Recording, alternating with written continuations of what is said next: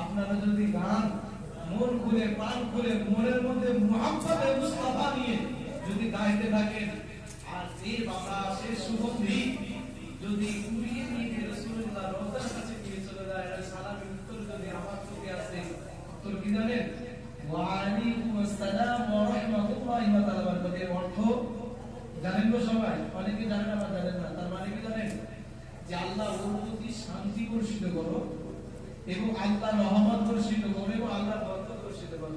আচ্ছা, রাসূলুল্লাহ যদি কোনো জিনিসের জন্য কারোর জন্য দোয়া চায় তো দোয়াটা কি বৃথা যাবে না কবুল হয়ে যাবে? বলে তো নবী যদি আল্লাহর কাছে এই দোয়া চায়, সালাম মানে শুধু সালাম নয়, সালাম মানে দোয়া। কি বললাম?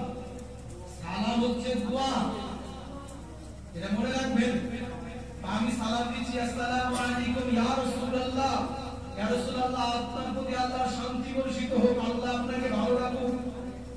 তো নবী যদি আল্লাহর কাছে গিয়ে বলে আল্লাহ ওয়া আলাইকুম আসসালাম ওয়া রাহমাতুল্লাহি ওয়া বারাকাতুহু ওয়া আলাইকুম আসসালাম ইয়া উম্মতি, আল্লাহর শান্তি বর্ষিত হোক ও আমার উম্মতগণ, যদি নবী আমার সালামের উত্তর দেয় তবে এই উত্তরটা আল্লাহর কাছে অবশ্যই পৌঁছাবে।